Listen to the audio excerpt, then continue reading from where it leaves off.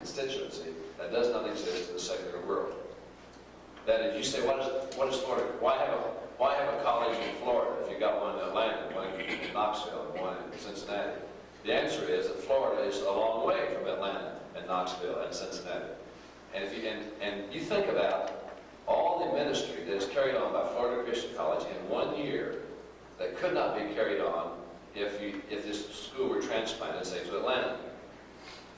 That is, how many of our students have weekend ministries? How many seminars and extension schools and revivals are held by the faculty? How much Christian services? You see what I'm saying? There's this immediate contact with the churches. And this has always been the history of the school.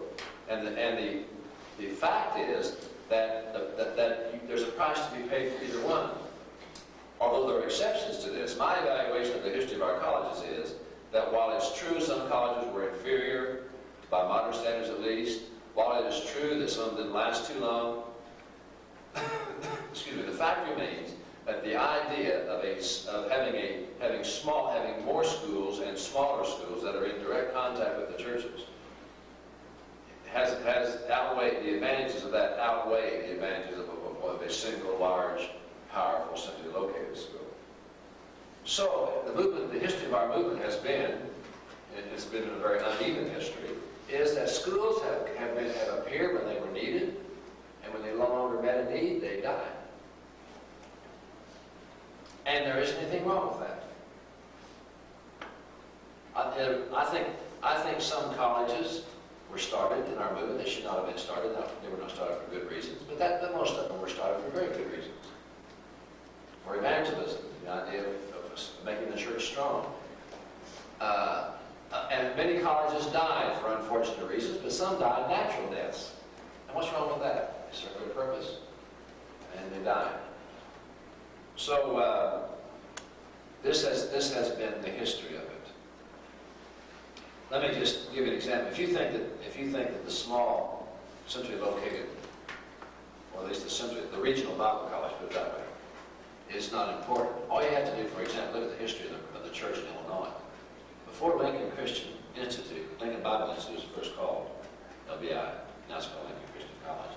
Before it was started, the disciples, the liberals, had let the church was on the verge of dying in Illinois. They were closing down churches every year, and all those rural churches especially, it was weak. And now the Christian church in Illinois is very strong. And the college was started there, and with the influence of the college, the church was revived and restored and expanded. You see, it's simply because the college was there. Look what's happening in Florida since Florida Christian College was started. The difference to the church in Florida. Tremendous differences. I can see it in just the 10 years that I've been here. And so, and if you think, you can just check with our front eye, if you think, that we're not talking about simply our graduates going out and serving. If you think that the local congregations in the state of Florida do not take advantage of the presence of the college, you just check the records sometime and see how many calls come in for service, direct service in the college, how many we have to turn down because we can't get enough faculty in the building. I could have an extension school every quarter. And I want to do one because it takes too much time and energy. See what I'm saying? That there's a constant communication there. Churches really use the college, which is exactly what we want. That's why we're here. And in the history of the movement, this has been what's happened. These were colleges. Now, sometimes these were colleges that were important to the local churches. Now, sometimes students, colleges, they went under because of demographics and economics. For instance, it is sort of a natural thing. I'm not saying I'm for it. I'm simply saying it's somewhat, at least to some degree, it's a natural thing. For example, for a school like Midwest to close its doors. Why? Well, where are the people moving? And for somebody said, why should we start a college in Florida when we've got a college like Midwest, which is struggling to stay open? Why not support the one we got?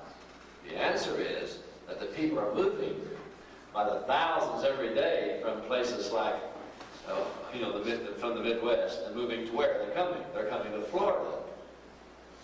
And so there's a certain naturalness about, although it's not as simple as that, but if you just look at demographics, it is not all that weird to have a college where the people are moving away from closed down and college start where people are moving.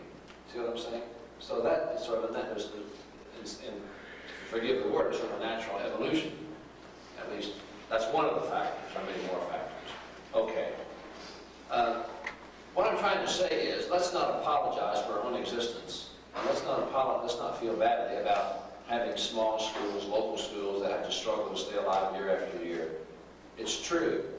Our colleges, many of our smaller colleges, do struggle to stay alive.